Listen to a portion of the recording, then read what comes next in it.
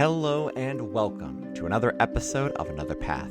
My name is Chase and I'm typically your GM. Now, if you're listening and you feel like something may be wrong here, good instincts, something is a little bit different right now.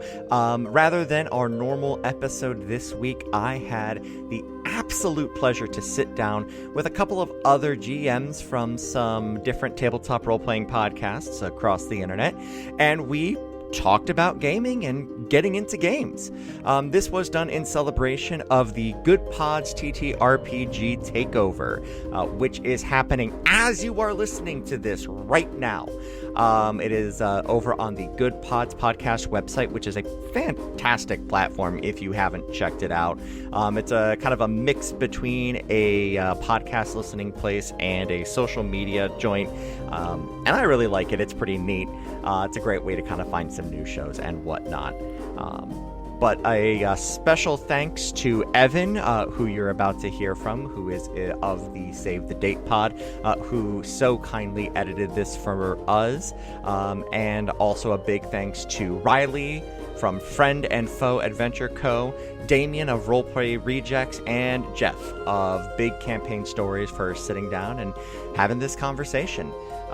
So with that, there's nothing else to it. Sit back, relax, and enjoy this is a trip down another path. I'll call it that. Yeah. Hi, everybody. I'm Evan, and we're doing a thing for Goodpods for doing a TTRPG takeover, where a bunch of TTRPGs are taking over the platform for a day or two. And I've gotten a couple other DMs from several other TTRPG podcasts to come together, and we're going to discuss about what our systems are like and how to get into it. So, all right, everybody, you ready to roll for initiative? I suppose so. Yep. Sounds good. All right. Oh. Well, I got a middle-of-the-road 10. Rocking up 2. Also 2. Whoa. I got an 18. I'm starting off hot with a 6. Excellent. Riley, looks like you're going to be our starter then. Okay. Which means I now own this stream, whatever we're calling it. No. So I'm Riley. I am the BM, which stands for Bunker Master, over on Friend and Foe Adventure Co. We're an actual play podcast that plays the Bunkers and Badasses system based on the Borderlands universe. And it's a lot of fun. It's immaturely mature. We get into lots of trouble. And one of our characters is called Tarquin because of how often he rolls ones. It's unreal. But yeah, it's just a lot of silly fun. We don't take ourselves too seriously, though we do have serious episodes on occasion. And yeah, I don't know. Oh. Supposed to explain how the Bunkers and Badasses work, huh? It'd probably be helpful. Yeah.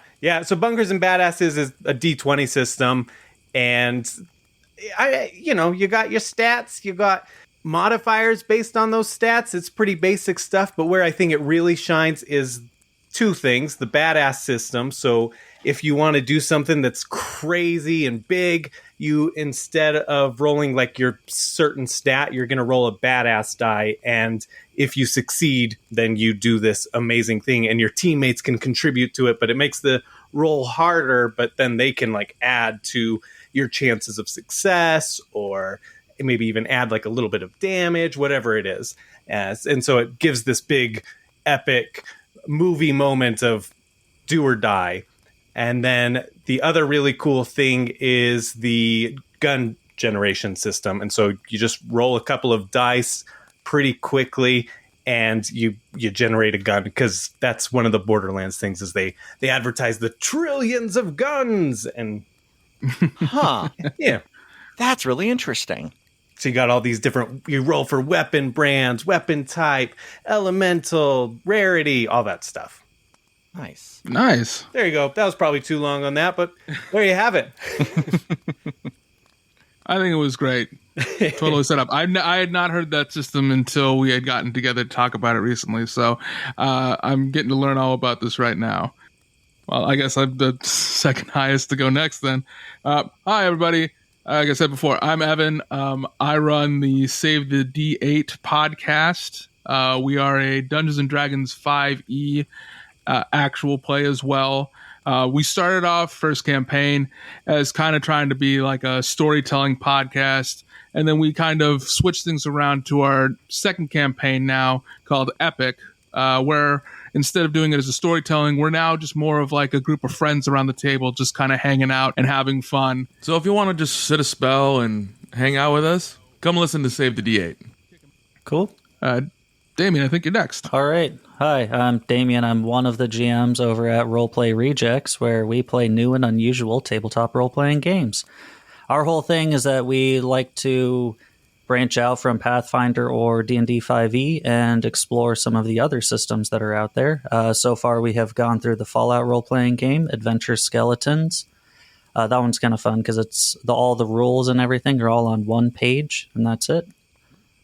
Then we went into Star Wars Force and Destiny. That one was very fun, a little confusing with their dice, but very, very fun. Highly recommend it. Went into Lady Blackbird, then into Bunkers and Badasses. We actually had a little bit of a crossover event with Riley. Yeah, part 1 aired on ours, and then part 2 aired on theirs, and me and their BM at the time collaborated and came up with this big epic story. It was brilliant. And I got to play as a player for the first time. Oh. Yeah, it was a lot of fun. And then we did a bit of Morkborg in our absolute darkest game yet. Then we went into, or currently we are going through Shadows of Asterin.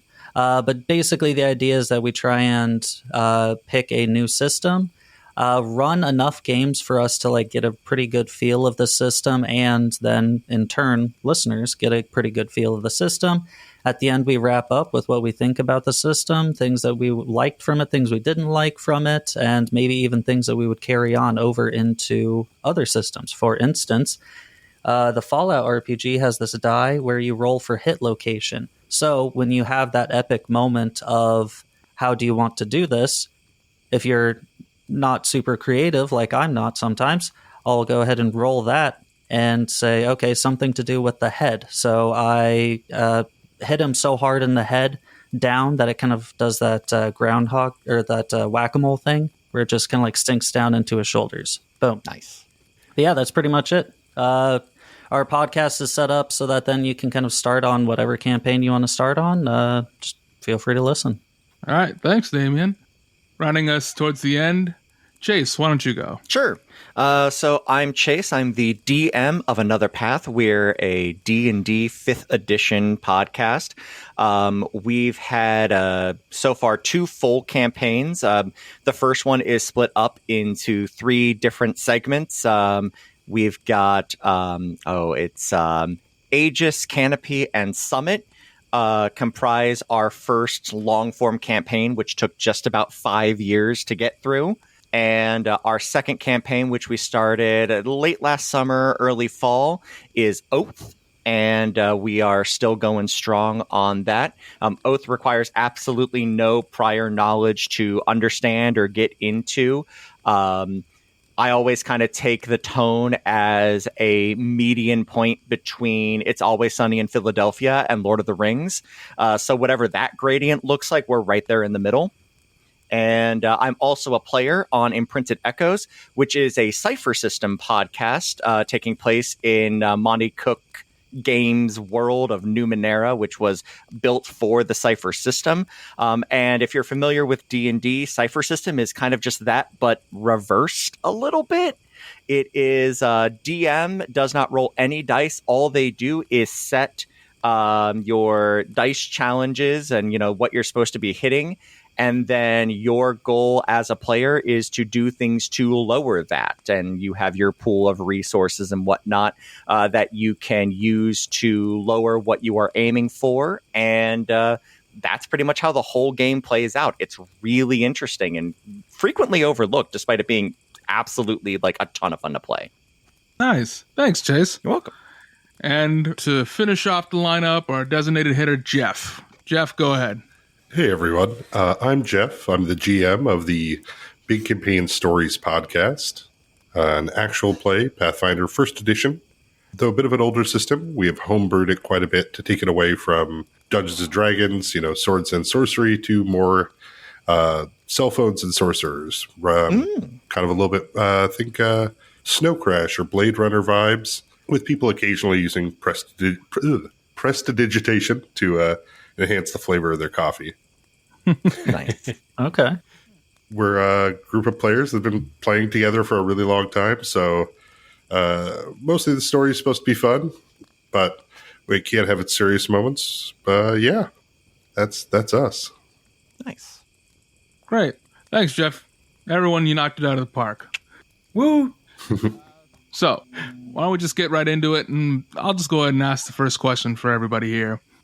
What's the best way to get into doing one of these TTRPGs? You know, like, what if I want to get started, but I'm kind of scared and I don't necessarily know, like, where to start? Okay, I got this.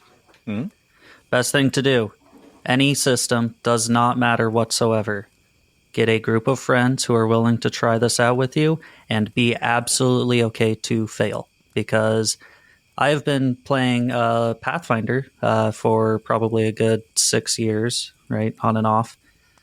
And I cannot tell you how many times each session I have to stop and then look back at some of the rules, or between sessions brush up on some rules, because the idea that you have to know absolutely everything going into it is absolutely false. Go in there, have fun. That's it. Absolutely agreed. Especially on the, like, it doesn't matter what system you start with. Find one that, like, the synopsis speaks to you, and, you know, whatever you and your friends are interested in doing, for any possible interest you could have, there are hundreds and hundreds of, you know, big and indie RPGs that you can pick up to try out, and there is almost certainly something to fit whatever specific fancy that you have. So literally find one that you want to play around with and check it out. Yeah, I can't emphasize, I guess to emphasize that more is that that's entirely how I got back into RPGs. Is Borderlands was putting out an RPG and a TTRPG, right? And I was like, yeah, I want to do that. And so I started to learn, get back into 5e. I hadn't played since like 3.5, and it was a blast. I had a fun time running a couple of sessions of that. But at the same time, like, I really didn't need to do that if I didn't want to. I was just, being a little overly cautious, I guess, going into it. But you just get what you're interested in, right? I got the B&B. I also picked up Fallout after. I got Call of Cthulhu. Like, just things that seem fun and cool to me. Alien, like, I'm so excited about those. I don't really care too much to play D&D unless I get invited to play it, and then I'll love to play it because it's awesome. But, I don't need to run those games. Yeah. I mean, I know for me personally, when I actually first got started, I just went to a local game shop, actually. Outside of the rest of these other systems, which are all fun to play, D&D was one that I was actually already interested in, and Wizards of the Coast has a program kind of set up with a lot of game shops to kind of get people started into it. So if you like kind of feel like dipping your toe in to see if you would kind of enjoy it, but you don't have a group of friends that's kind of willing to go with you, I just say go check out one of your local game shops and see if they have the program set up. They literally have everything there for you. Most people there are super chill. They'll help you set up your character off the bat. They even share some dice with you if you don't even own any dice. You don't have to even really own the dice to do that. Most people are willing to share their dice, as most professional players now are either dice goblins or dice dragons. So they'll have probably 2 or 3 spare sets on them. Something kind of funny to add on to that. I'm an adder, I guess. So one of our characters, one of our players, did not have a single set of dice. He just used his phone until a year into the podcast, when I finally, for his birthday, bought him some dice. So you can use apps, you might get looks and get a little crap about it, but you can do that. And so, yeah, you can do those at local game stores. I also just went to a SaltCon, so a gaming convention, and they had events that you could sign up. And I had some friends come who had never played D&D, but they were interested. And I was like, well, this is perfect. Let's do this. And so I played D&D, and almost everyone at the table it was their first time ever playing. And it was amazing. They made it so welcoming and so good. So yeah, definitely check out events like that. Local game stores and big events, cons. For sure. I went to Gen Con last year. I was running a couple of games for Nerdburger Games. They produce a whole slew of RPGs. I was running Capers for them, which is a 1920s superhero RPG. It's very cool. Uses a deck of cards instead of dice. Not important to the story, but it's a cool system. Check it out. But while I was there, kind of killing time before my first game, they had hey, is this your first time playing D&D? Why don't you come on over to this table and we're going to run an encounter with some like cool set pieces and battle mats and minis and pre-gen characters and all that. And it was a ton of fun. It was just like a simple 10-minute encounter. But that's how easy it can be to go ahead and get your feet wet. D&D, I think, has gotten a reputation for being a long game, what with the popularity of Critical Role and whatnot, where it's like, hey, these games are 4 to 6 hours, buckle up. They can be as short as 10 minutes just to run a single encounter. The time investment that is out there sometimes is kind of fake. True. Yeah. We've had some short sessions which have been 2 hours long to times where as a group we kind of just all got together and was like, hey, we're going to play for the day. And we just kind of played all day. Absolutely. And hung out and we took breaks in between for sure. But that was just the plan. We just since I started my podcast, I've had a lot of my other friends who are not as nerdy as I am, kind of listen to a bit and hey man, I kind of want to get into it, but I don't know, I'm not good with math and I don't exactly know what to do. I'm not a performer type. And I just tell them it's easy. All right. It's literally just hanging out with a bunch of people that you like hanging out with, and you're just building a story. You remember when you were a kid and you played pretend? That's literally it. All that is just you add the dice extra to see whether or not it passes or fails. And to be honest, if it fails, sometimes that's even better because that helps add stakes to everything going on. If you're just always winning, it kind of gets a little boring. But, when you have those fails that you have to pick yourself up off the dust and head back in and finally get that nat 20, there's no better feeling than that. Mm-hmm. Yeah, I like to describe it as 5 people playing make-believe, but 4 of them all agree on who's the ref, and that's the GM. Yeah, makes sense. But yeah, I was going to mention that I got started in this honestly I hopped on Reddit and I asked Reddit, how the heck do you even start this? And luckily I got some really great advice from Benjamin Dury, who is the GM of Lawful Great Adventures podcast. Told me, hey, here's the places to get programs for audio stuff. Here's, things to consider. But the biggest thing I'd take away from all of this is if you want to start one of these, just start it, but just make sure you're having fun. It shouldn't be stressful, I guess. Okay, I got another question then. Say I'm a new DM because no one else wants to take over, and I just really want to get a game started, but I'm not as familiar with the rules. Do you think it's good for me to start with a pre-made adventure, or should I just go ahead and try to homebrew it? I think, honestly, just do whichever one sounds more interesting. I'll be honest, I've looked through was it Tales from the Yawning Portal, the D&D 5e book that has a bunch of different adventures in it. And some of them just felt really lackluster to me. Even if I was approaching this initially first time, they just didn't catch my interest as much as I would have hoped for.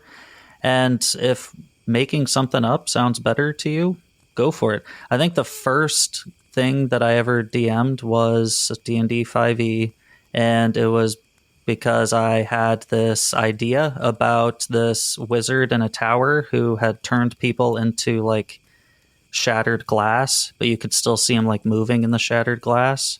And I was like, that sounds really cool. I don't know what book would have that, so I'm just going to build a world in which that can happen. Of course, it went a little bit poorly, just, scheduling, it fizzled out as most things do these days. But it was kind of eye-opening to me that, like, oh, I made this whole thing, and I didn't have to have all the answers initially. I just kind of improved with it. And honestly, that's translated into even nowadays when I prepare something, even for the podcast, I will get a couple bullet points and then I will make it up from there, because you never know what players are going to do. Yeah, absolutely. That's a good answer. Yeah. 100%. I did a book to start, like, my first time DMing, and my brother is a super experienced DM, been doing it for 20 years or whatever, and so he was going to play, and I told him, make it hard for me, and because I wanted to be put through the ringer. I sort of regret it, but I'm glad he did it. He made his character directionally challenged to the point where somebody pointed across the street and said, "Oh, the mayor's over there," and he walked the opposite direction. And I was like, "Oh my gosh, this is a nightmare." But then I rolled with it, right? And I was like, you know what? It's fine. You're going to go off into the forest and we'll do a split party thing. And the rest of the team will start on that, start on the actual adventure here. And eventually they get back together. I figured out as you're going, you're going to figure it out. You're going to have to get creative. You're going to have to improvise. So even if you're doing a written adventure, your players may go do some random stuff. And they ended up doing something, and that ended up chaining to the next session, to where they went to go check on the next quest, and they got to literally the entrance of the quest. But what they had done the last session ended up chain reacting at them and making their brains think well, what if we go and we hunt this thing down? And I was like, well, I guess we're doing that then. It's just written or not, you're going to be improvising, and that's the fun of it. You're going to discover is when your players do the unexpected, you're going to have the most fun. Oh, for sure. And improvising is, especially as a DM, that is the skill you are exercising. I'm going to say 80% of the time that you are running, even if you're working with a pre-written adventure. And sometimes it's because you're working with a pre-written adventure, because sometimes you will get halfway through and realize, oh, there's a gaping plot hole here. There's a couple of one specifically that's coming to mind for an official D&D release. Rime of the Frostmaiden has a big gaping plot hole in the middle of it, and I was running that not for my podcast but for my home crew, because I'm the DM there too, and I realized, with maybe 3 days to run, it's I need to cover this up. Otherwise, this is going to be the most anticlimactic dragon fight that they'll ever be in. So sometimes it is just a matter of needing to make sure that all of your, ducks are in a row beforehand, even if you're running directly out of a book. Well, speaking on that then, how well should a DM prepare before a game gets started? And should players prepare as well? Players need to know their spells.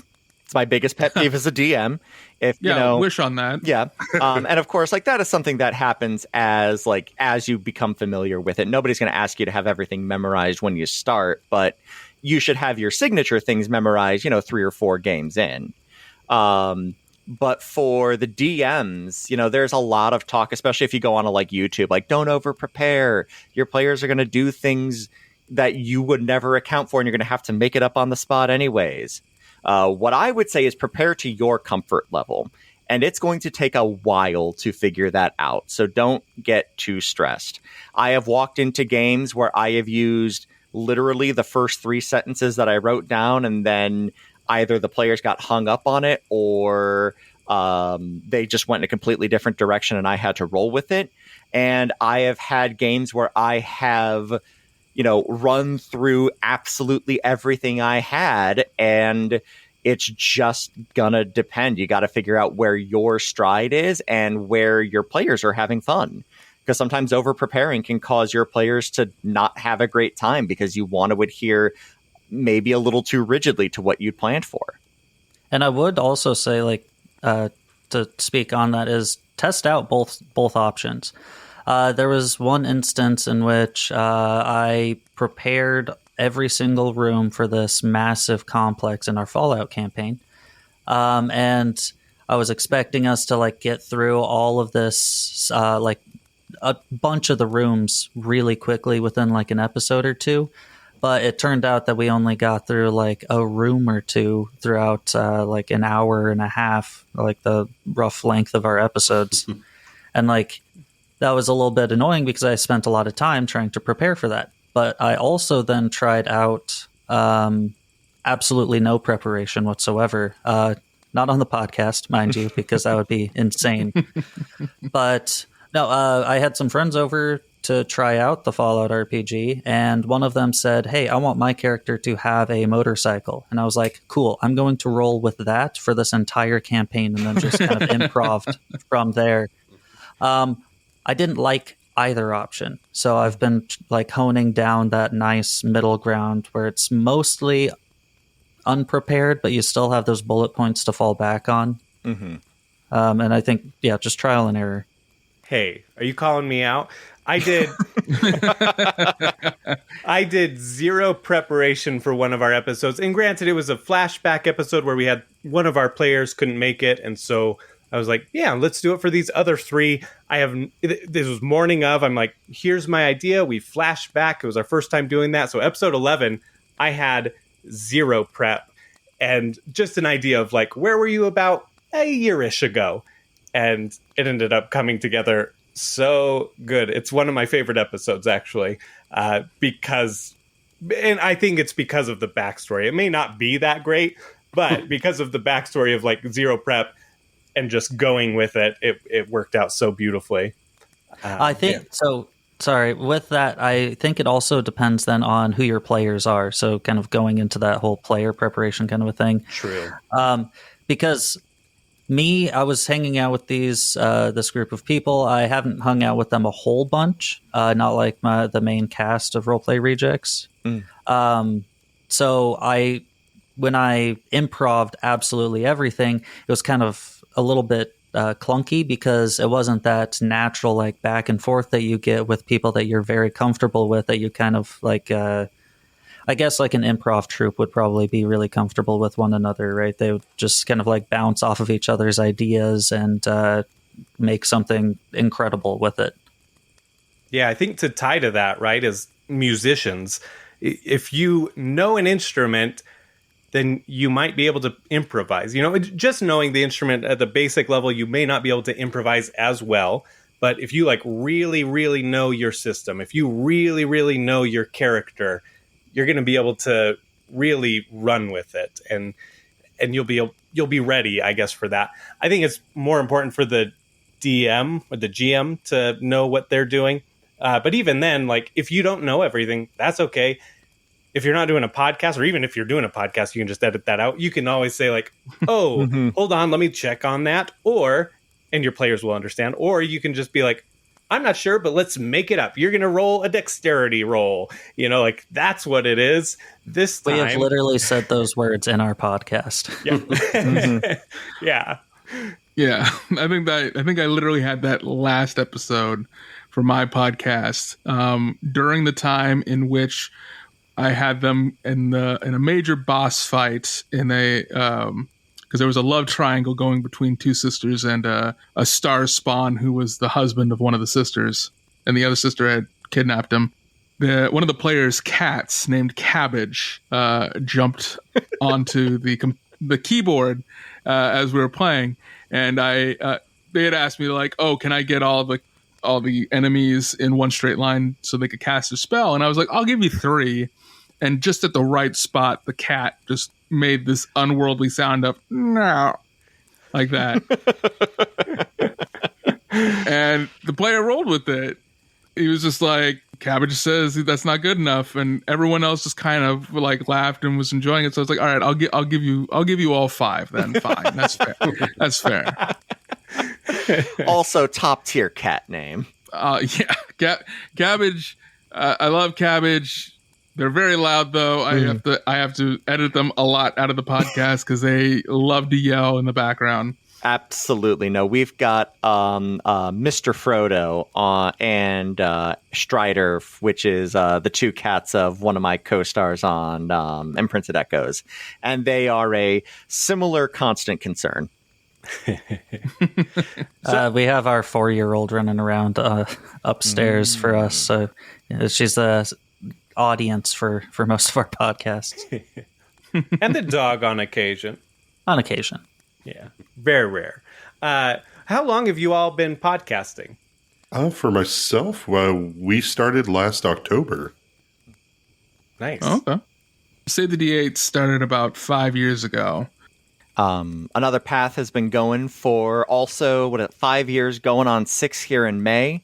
And honestly, it was a pretty similar kind of story. It was my 3 players and I were already players in another D&D campaign that had like 10 odd people in it by the time we wrapped that story up.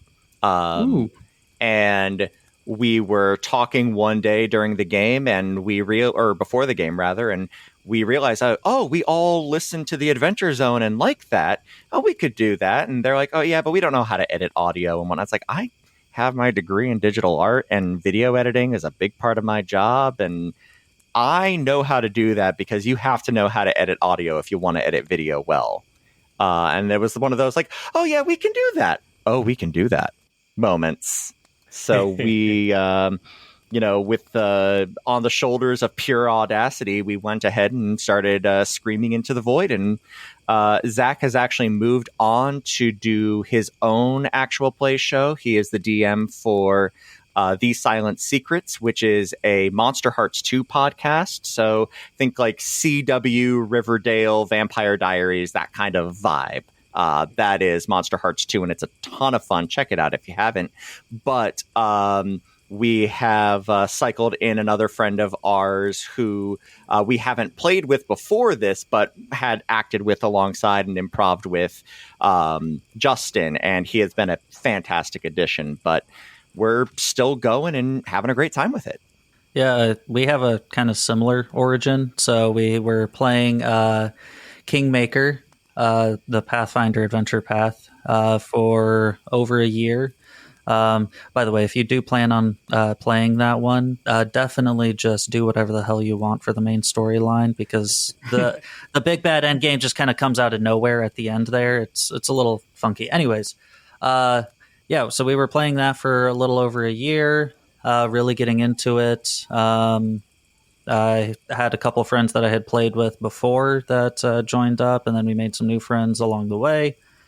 And then just time and time again, we were like, oh, hey, have you seen Morkborg? Doesn't that game sound really fun? Like, yeah, that really does. Anyways, let's get back to Pathfinder. Or like, hey, Cyberpunk. Or hey, there's a Fallout game coming out. And then it kind of got to the point where I jokingly was like, hey, do you guys... wouldn't it be cool if we just like did a podcast or something of us like playing these new games? Ha ha ha ha ha. And then about a year and a half later, here we are. And we just hit our 1 year a couple weeks ago from when we were recording this, at least. Who knows when this will come out exactly. But yeah, so we've been going for a little over a year. But as soon as I watched the announcement of Bunkers and Badasses Live, which was September of 2020. As soon as they said the words, I was like, I'm doing an actual play. And I started up a different podcast specifically so that I could practice editing and so I did like still do an interview show with people throughout the board game community. And that was specifically started, one, to exercise my social skills, because the pandemic definitely hit you take a hit on that. Then 2 was to learn how to edit, and I'm so glad I did that. But you can learn. Like I've given so much advice to people who want to start their own podcast. It's not as hard as you think, and people are pretty forgiving of your earlier episodes. Yes. I have another question for everybody, though. I think this is more helpful for players wise. what is the best way to get on your GM side? Okay. How to get in their pocket? That all right. Controversial opinion. That is not what you want at all. I want an interesting story. If that story happens to have my character die in a way which he probably shouldn't have died in, so be it. I am entirely there for the story. The GM's probably got a plan, right? And if it is getting to a point where you're having to, buy or like slide treats under the table to get on your GM's bad side, that arguably you might need to have a conversation with your GM saying that he's taking priority over, he's showing favoritism. Controversial opinion, but throwing that one out there. For me, it's nice because I guess I didn't emphasize this either with B&B, is that if the players die, they come back and they have a trauma, and usually it's something silly or fun. So it might be like you have to talk for an accent until you sleep or whatever. So there's these little things like that. And so for me, it's fun to have that kind of like tension of, or not even tension. It turns that tension of like, yes, I'm trying to kill you, but it's funny. And so that's always nice. But to me, what ingratiates players to me are the moments when they do something very fun and very clever and very story, like going to what Damien said, right? Like, I think the best way to, if you want to suck up to your GM, is do what your character would do to advance the story or enhance the story. Like, even to the character's detriment. Exactly. Mm-hmm. Like if you know that this, Indiana Jones it, right? Like you've got this door that's coming down slowly and the object of the party's desire is on the other side.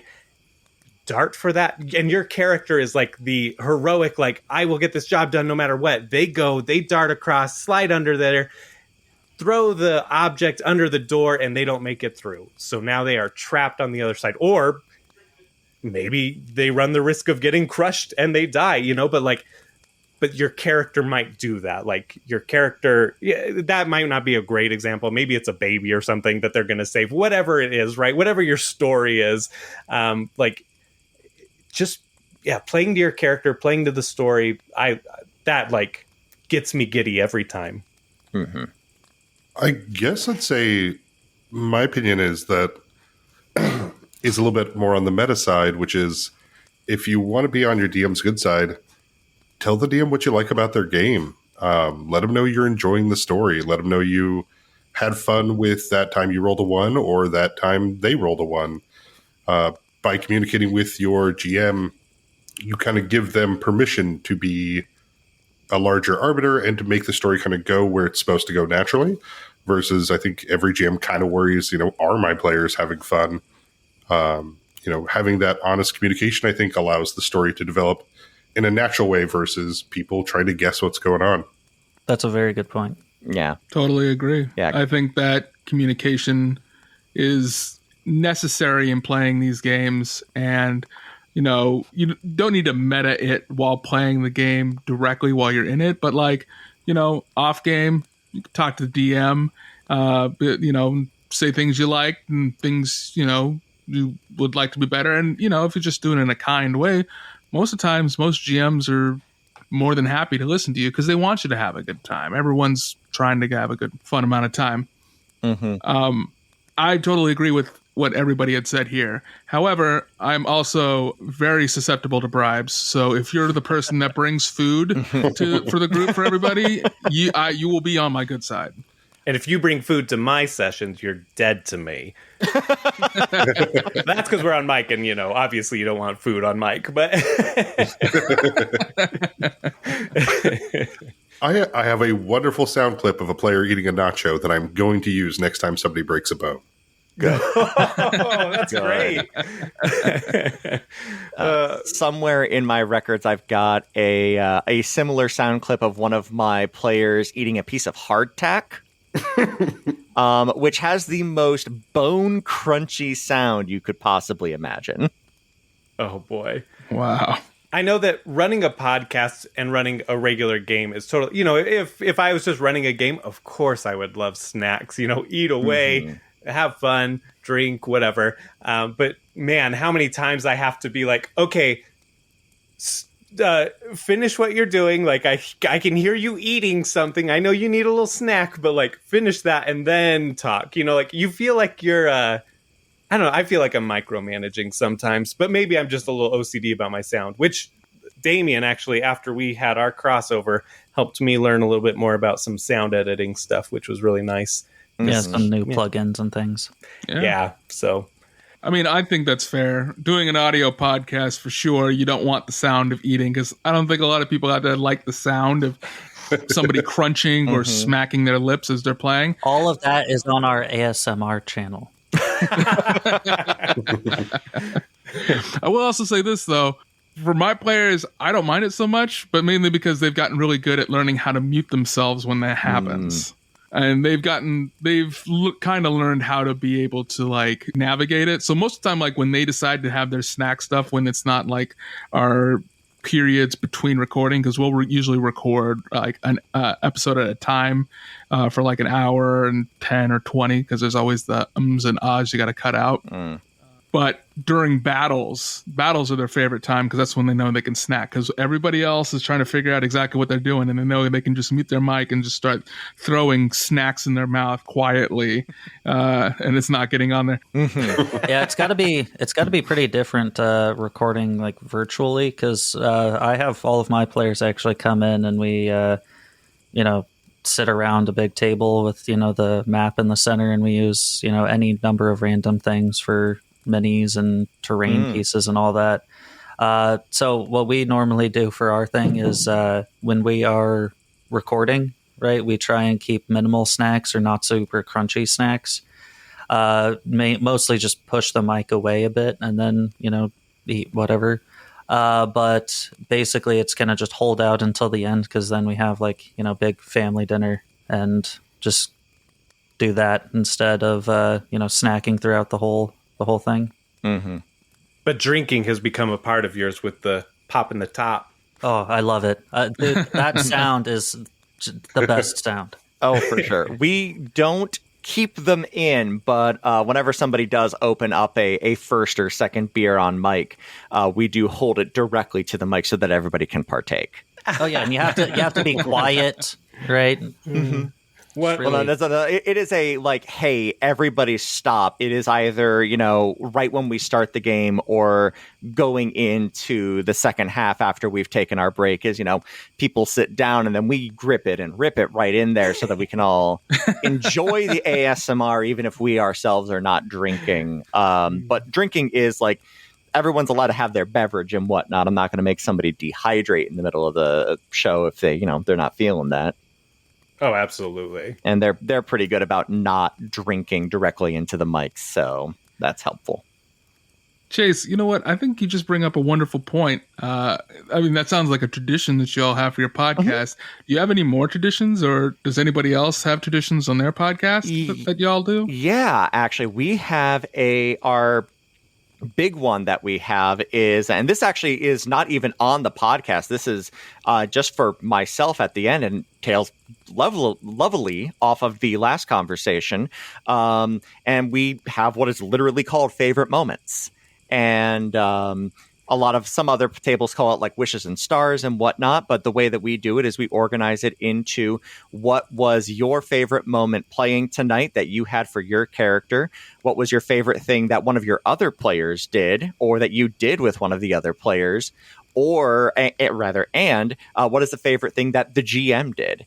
And that is a really good way for everybody at the table to get a really nice round of positive feedback and end the game off on a high note. I really like that. Please steal away. I was literally talking about doing that today. We have a really old tradition that started, I want to say like 18 years ago, playing the old Star Wars RPG. We call it lightsaber checks every time we all sit at the table before we play podcast or home game. Everybody rolls 2d20. If you get double 20s, you get a lightsaber. And basically all that means is the session's going to go well for you. You're going to get probably a neat piece of magic loot and a little bit of a boost. But it's just been, and of course, naturally, once you establish that rule, some player has to say, well, what happens if I roll double ones? And that's when everyone looks at him and says, it's going to be rough.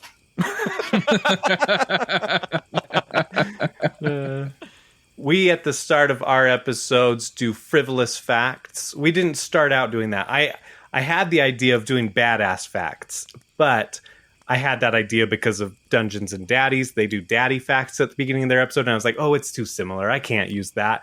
And then another B&B podcast started, Bad Assets, which is run by the lead designer of the game. And so he ended up doing badass facts, and I was like, oh, cool. Okay, yeah, like I should have just done it. Why did I hesitate on that? And so we started doing frivolous facts. And so it's literally just like my wife's in a recent episode, I think in the newest episode, was that she loves flare pens. And she always has a bag of flare pens, which are just fancy pen marker type stuff that she can bust out and just doodle on napkins with or whatever. Like, you know, some of them are just really, really frivolous. I like camping. So it's fun, small character building things. Yeah, for us, it's the can cracking open thing. It doesn't matter how tense the moment is. If you just grabbed an energy drink, we got to pause really quick just to, you know, revel in the sound.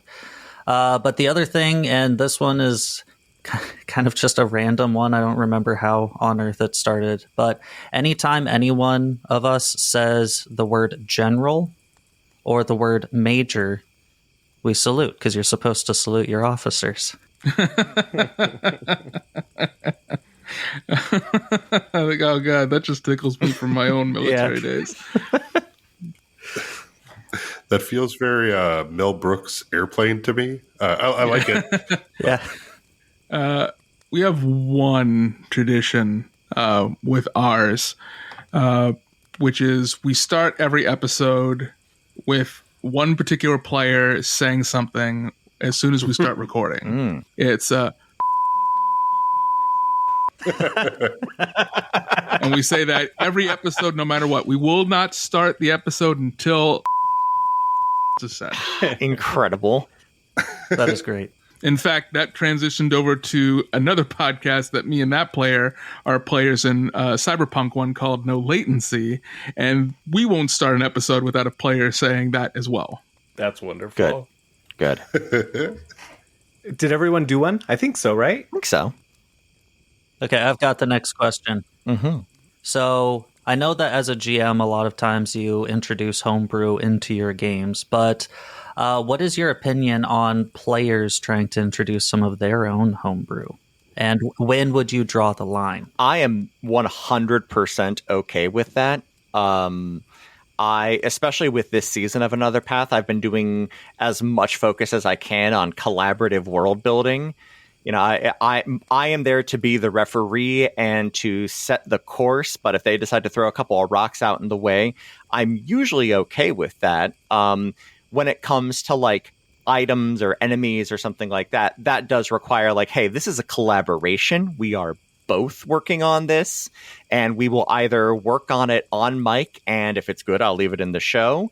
Or we're going to work on it off mic over like a Discord chat or something like that and work on figuring out what something looks like together. And honestly, it's a really great way to keep your players engaged with what's going on. If they have some onus as an author, they're going to be, just by the sheer fact that they did this or that they're a part of the authorial process, they're going to be way more invested on the outcome that you decide on. Yeah, I'm all for it. If a player has found something online that they really like and they want to try to incorporate it with their character, I'm more than willing to sit down and chat with them about it and kind of work it out. Sometimes you have some things out there that are pretty OP that seem, you know, above board of maybe where the level is at or kind of how the game is going at that time. But at that same time, I'm more than willing to work with them like, hey, can we just set it up as a leveling system? It kind of starts off low at first and then it gets better as you get stronger with it, which I agree gives them onus and keeps them more interested into pushing for that, because they get to feel like they help make the story as well as they still have control of their character. As DMs, GMs, we help build the world around them, and they kind of are the ones that are interacting with it. So for me in my podcast, it's fair across the board about who has authorship. Yeah, I really like the having this ability grow with them as they go. I have a player in my Pathfinder game who wanted to have this poison called Moonberry poison. And basically, it was doing constitution damage, which in Pathfinder is a very, very, very powerful thing, especially when it's like 2d10 damage on your constitution. It's a lot. So what we ended up agreeing on, though, because after this was brought up, my initial thought was, oh, hell no. There's no way that anything would be balanced anymore if, this happened. But we ended up actually talking it through, and we established that kind of a level system where like the moonberries are in their infancy right now and they haven't like fully matured yet, so the poison isn't as potent, something like that. But it's kind of opened my eyes onto trying to say yes more often than saying no, because then you get instances like another one of my players who wanted to use Mage Hand to stitch up a wound, and I thought that was genius because magic is going to have a steadier hand than a person, so let's figure out how we can actually get this thing to happen. Yeah, I love when players throw something out and you're like, let's figure out how to make it work because you're a part of this. That whatever you want to do, we're gonna try and figure that out. I mean within reason, of course. Sometimes it'll just be like, I want to fly to the moon. No, that's not possible unless you build a rocket ship. But like even just world building, I think is a big thing of like, sometimes it's not that they're trying to add some sort of like homebrewed mechanic, but there was one time where I regret it. And I think I'll edit it out when I'm going to go through and sort of remaster, touch up some old episodes when I have time, if I ever have time. Mm-hmm. And, and there was a time where like, one of my players was like, I'm looking through his bookshelves and I find a naughty magazine type of thing. And I was like, no, I laughed and joked about it for a second. I was like, but no, he's classy. He doesn't have that. And I was like, why? Why did I like shut down that little teeny bit of like flavor that they added to this? No, don't do that. Like, I was so silly because it doesn't mess with the lore. It doesn't mess with anything, right? Like, it was a learning moment for me. So I love when players say like, they add a character or add some sort of like relation, something in the world. I mean, that's part of Frivolous Facts too, is that they can make up something in their past that maybe later I can use against them, right? Certainly that's not part of the nefarious reasoning behind doing that. But yeah, anytime they want to do something, I encourage it, like, because that's going to make them feel like more, this is part of my game. If they want to play basketball, you figure out how to play basketball. I think for me it was I want to say like I read a Dragon magazine way back when those were still a thing, early 2000s. But one of the things they kind of mentioned was like, hey, world building's kind of a pain. Why not let your players help you? And so something I've taken to at least every one of my home games is players, if they want special stuff or if they want something unique, cool. Design me the home city, the village, the apartment building. Where are you from? Have them come up with the city, how people get there, what they're known for. If they want a cool item, like, oh, we're all famous gunslingers. Dope. Then you have a better gun than other people because you come from here. But it makes a city that other PCs can visit, have them come up with NPCs, let them run their hometown when you visit, kind of thing. I've just found that gave my players a lot of creativity to lend to the world, and especially with campaigns that stack one on top of the other like we play. In as far as like historically, now all of a sudden 5 campaigns later, people are still visiting the metropolis that used to be their small town, kind of thing, to really help those players kind of get invested with the world and care about it. I love that a lot. And I kind of did that with flashbacks of one player started in a town and it was going to school there type of thing and practiced law there. And so it was, like setting it up. What is it like, And I think I should have done that more. Like hearing that, that's very smart. I should have been more like, well, what kind of things are here? What kind of, like places do you go and eat? What type of food is popular there? Whatever it is. But we also just did that in a recent episode where they got to a new town and I had one thing for the town. Like there's this big lake in the middle that had water constantly raining down into it through some magical stone, right? Like classic type of thing. And then after they visited that, I was like, well, you've got time to kill. You got to investigate some things. Where do you want to go? Just say a place and it's there. Like this is a big city. Make anything up. You can ask somebody for directions. And one person went to a library. One person went to a wax museum. One person went to an ice cream shop. One person went on a murder, or like a murder tour? Ghost tour? I thought you were going to say one of them went on a murder spree. Right. I thought the word was spree. Yeah. Pretty close. No. I would not have won that Mad Libs. Yeah. Right. So it was just like you can give those sort of opportunities to encourage those, like add to the lore here. I know that's kind of maybe somewhat adjacent to what we were talking about with the like adding homebrewing things, but I do think that's part of it too. I think that's like just a really good general world building tip. The boring details make places come alive. Every time I put in something like, somebody handling like a city's waste, or a rivalry between the elephant ear guy and the churro stand at the fair. Like those are the moments that my players will, when we're doing those favorite moments, will be like, I really liked that. That brought that corner of the world alive, because there's like magic and all of this weird, fantastic bullshit going on. But also there's just these two dudes having a tiff.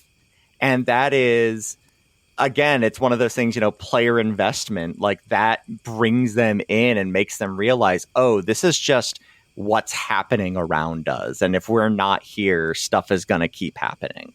That just that makes me think of the red door conundrum. Well, that's what I call it.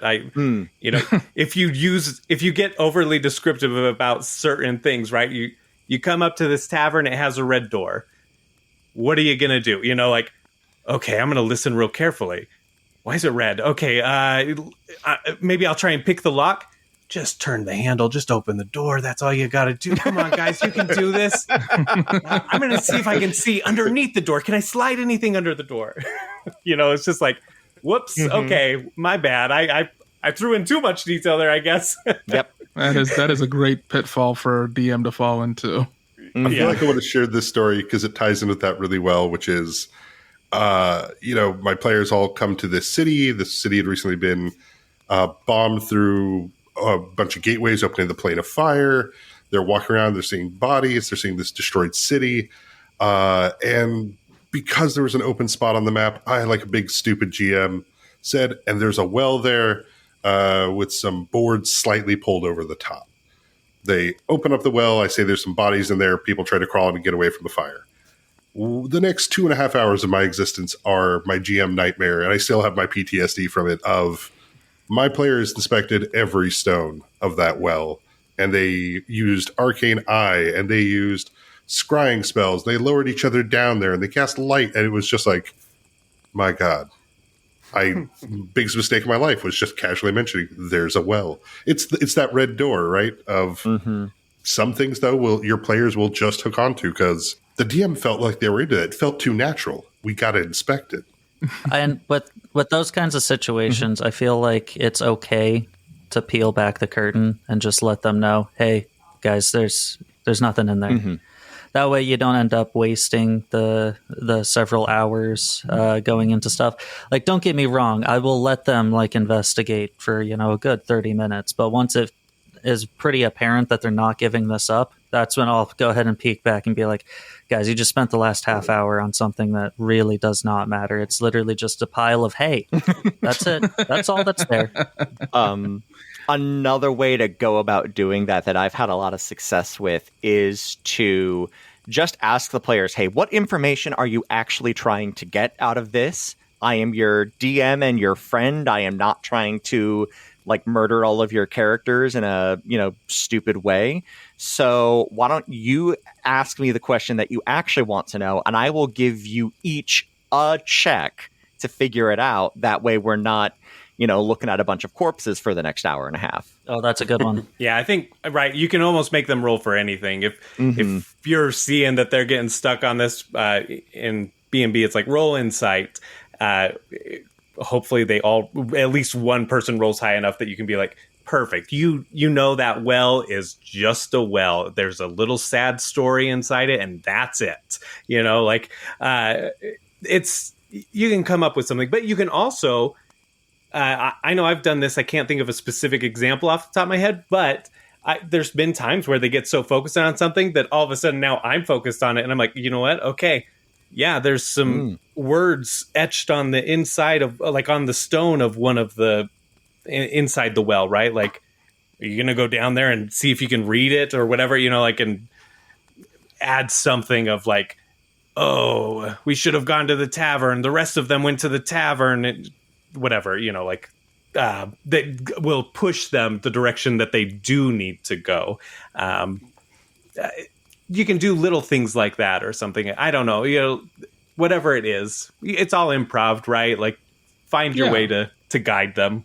Yeah, I have done that on a few times, actually. I like to let my players wander and go wherever. At least learning from my players, if there's a place that I want them to go, I typically will make it vague. I purposely will make it vague until they have gotten an interest in it. Because that's when they get interested. If it's a place I don't want them to go, I make it very detailed. Because since I made it very detailed, they have this sneaking suspicion with me of like, he has made that very detailed. He wants us to go there. We, being us, don't want to follow that. So we're going to go the opposite direction. So, it's the fun parlor between that we have with each other, but that's just kind of like falls back into a lot of the stuff of what we've all said before of just kind of listening and watching your players and seeing how they like to play. And eventually you will start to tune your improv and your story to the way that the group works together. And it is not going to happen right off the bat, but over a couple of sessions, eventually you all will find a rhythm. Mm-hmm. Yeah. One of our most prominent NPCs came out because one of our characters, being an inquisitor, a devout inquisitor, wanted to try and convert some of the guardsmen around this little town. So in so doing, he went ahead and said, hey, let's go ahead and have a sparring contest while we talk about God. And, they're going there, they're sparring and everything, and his character doesn't manage to actually hit the guard at all. Meanwhile, I roll the die, and there I see it, the beautiful, glorious natural 20. Crits him, almost kills his character, and now that guy is like leading their kingdom as the general and is known as the one and only Jeffrey Jefferson. Probably has 20s in all of his stats. He is a god among men, apparently. Well, you know what, Damien, on that, I think that's a great way to kind of round off the rest of this because we're almost towards the end here. Before we go, why don't we go ahead and have everybody just give one more super important advice that you think new GMs or players should know before we go, and go ahead and give yourself your podcast a little bit of a shout out. Well, let's go in reverse order this time from initiative. So, Jeff, how about you? Why don't you start us off? All right. Thanks for having me on. This is Jeff. I'm the GM of Big Campaign Stories. My advice to new GMs is honestly very similar to the teacher from the Magic School Bus. Is just get in there, make mistakes, get messy. Your game is going to become fun when it becomes yours. So make the mistakes that become the in-jokes for when you know how to play. Love it. Yeah. Again, thanks for having me on. My name is Chase. I'm the DM of Another Path and a player on Imprinted Echoes. And my last piece of advice is to remember that especially if you're getting into TTRPGs based off of not a stream, but like a show like Critical Role or Dimension 20 or a podcast, remember that with the exception of literal live streamed stuff, everything is edited. There are ums and uhs and pausing to look up a rule. And unless it's very, very funny or it is driving tension, it is being left on the cutting room floor of all of those. And when you are playing, it's not going to feel as smooth as one of those edited episodes. That's okay. That is correct. That is right. So don't get in your head if you have to stop and start, and that's okay. That's what it's there for. That's an excellent tip. Mm-hmm. Words of wisdom. So once again, hello, I'm Damien. I run the podcast Roleplay Rejects. You can listen to us anywhere that you listen to podcasts. The big piece of advice that I could say is really be okay with having what me and my friends call the IKEA talk.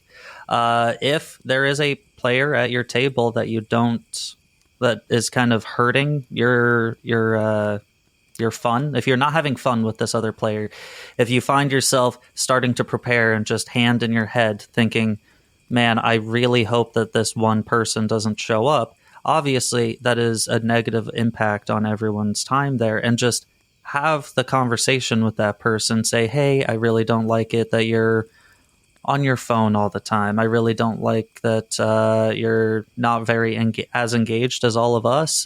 Try and work it out with them. And if it doesn't work out, then maybe it's time for that person to get a new group or for you to get a new group. And that is perfectly okay.